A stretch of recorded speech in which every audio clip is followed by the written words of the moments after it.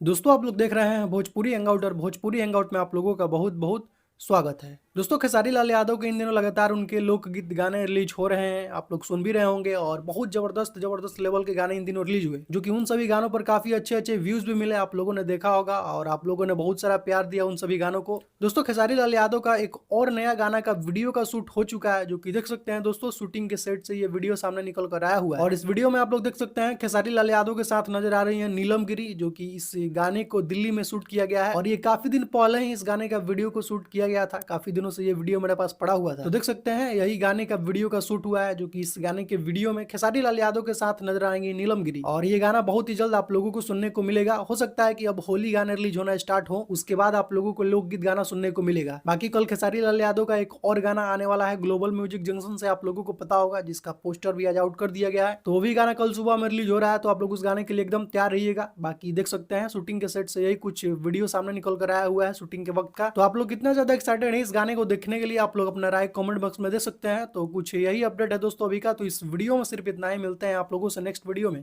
Thank you so much video देखने के लिए।